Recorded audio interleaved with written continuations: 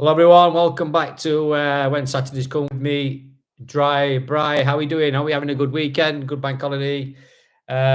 Just jumped on because Danny Hall, I did an exclusive this afternoon. I made a few phone calls to see if it's actually right and firmed up. It is true that we've got two players on trial, ex-Premiership players, Danny Ings and Nathan Redmond, both on trial at Sheffield United to try and earn a contract. They're both out, both free agents.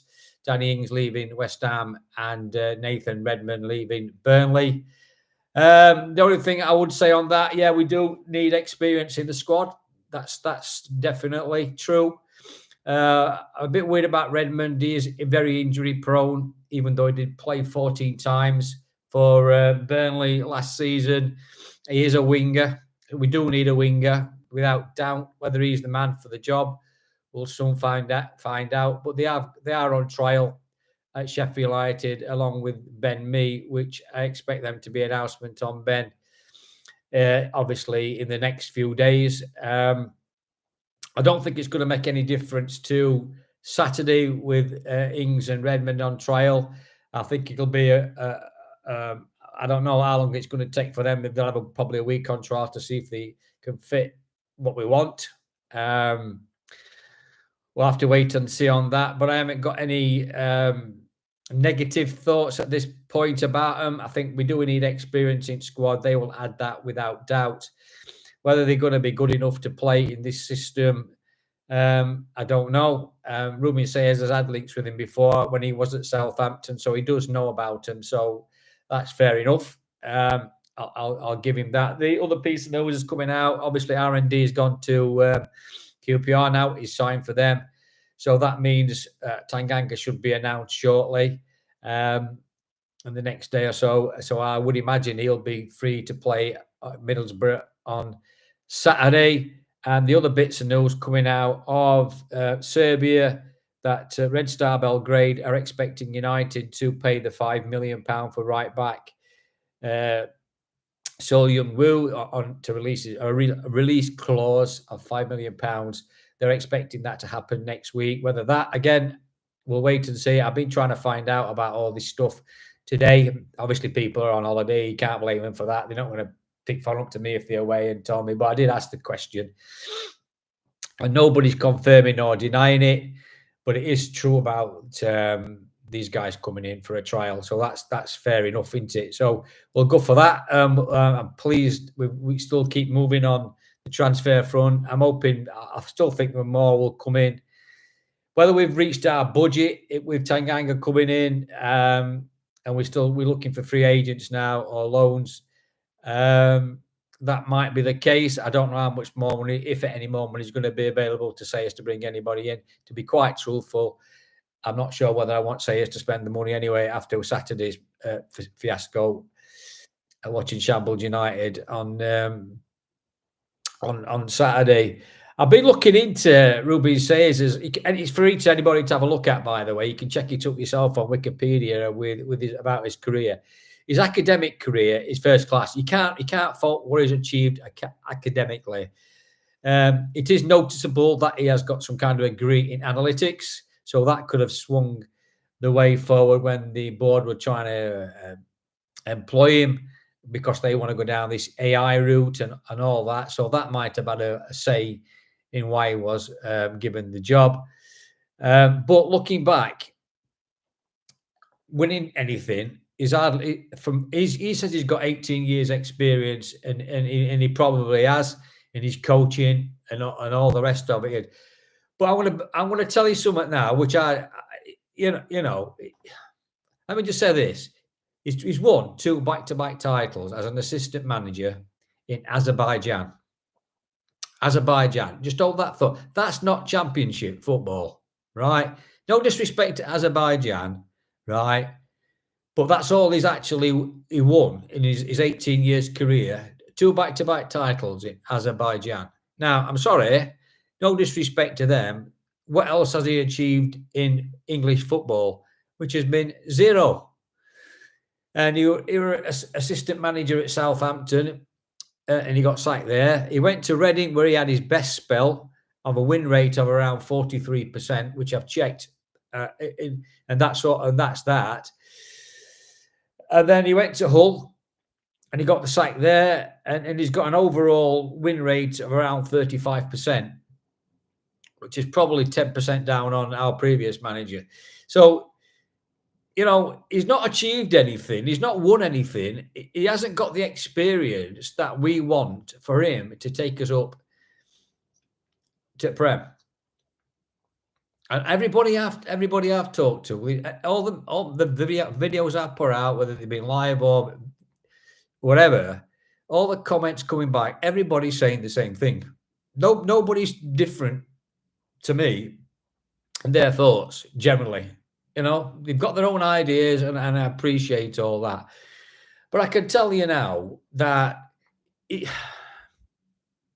we lose on Saturday at Middlesbrough and we lose heavily, and I hope we don't, for goodness sake, I really don't. I want us to win, obviously. It's got to go.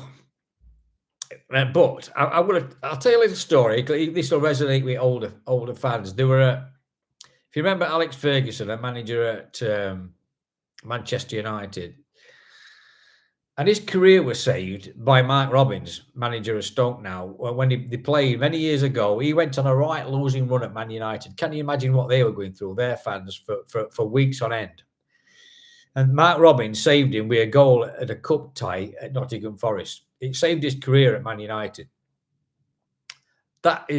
After that, it's just history. You know what he's achieved in football.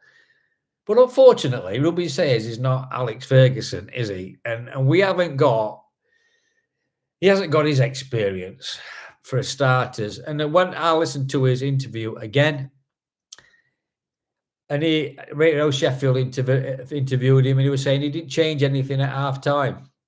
He didn't change anything at half time. After that dire performance, first half, he didn't change anything.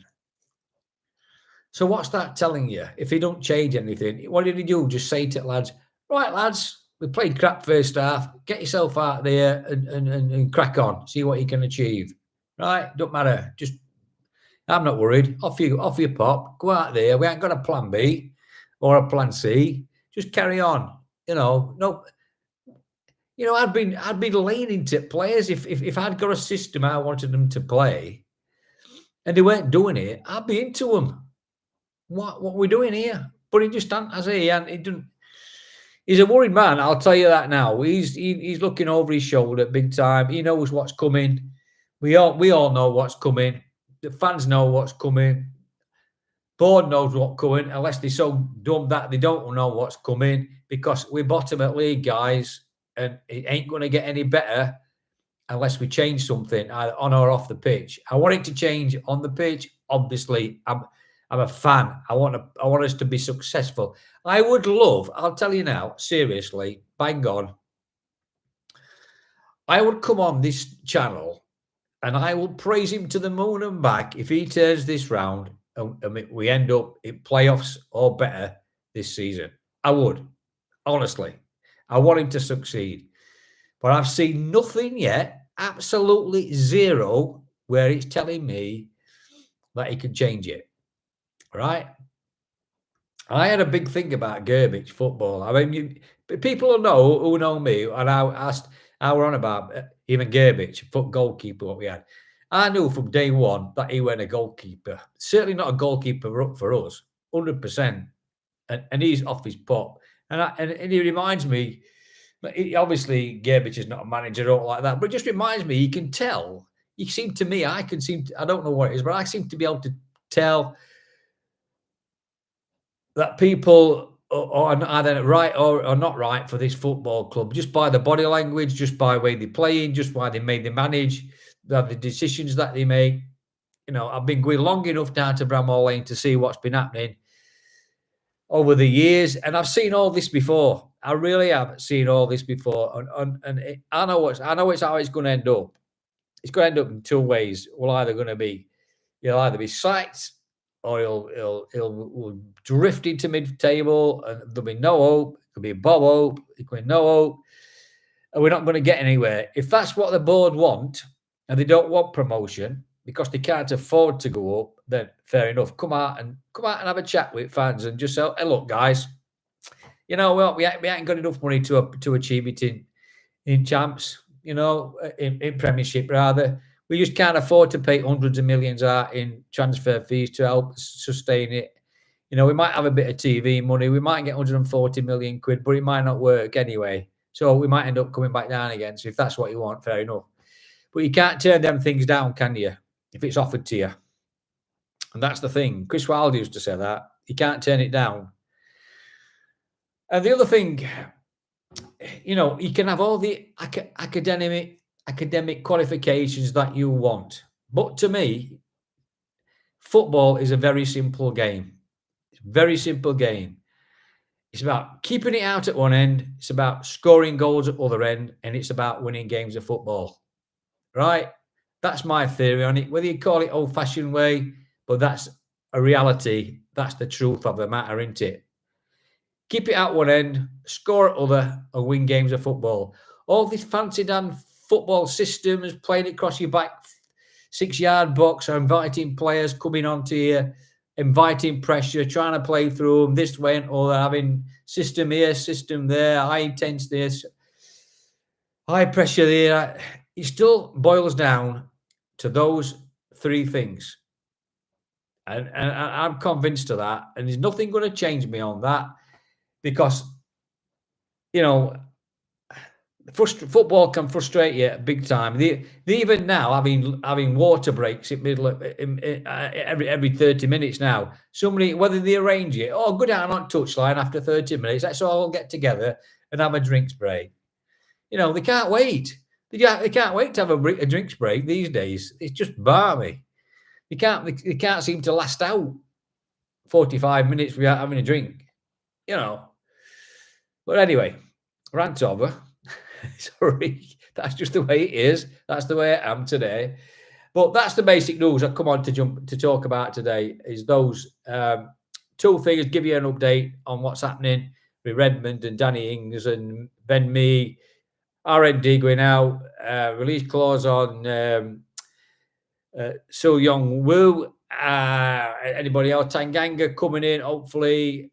So it's all happening. Lots of things are happening, going to happen this week. Who knows where we're going to be by next Saturday. I hope we're in a better place than we are now. And we can go to Middlesbrough. It's an early kickoff and get a result, please. Fingers crossed. And can turn it around. So thanks for watching. I really appreciate it. That's updated news for today on Bank Holiday Monday. Hope you're having a great weekend. Enjoy the rest of the week. Any more breaking news, I'll come on. I'll let you know what's happening. So, up the blades. Thanks for watching. I'll speak to you soon.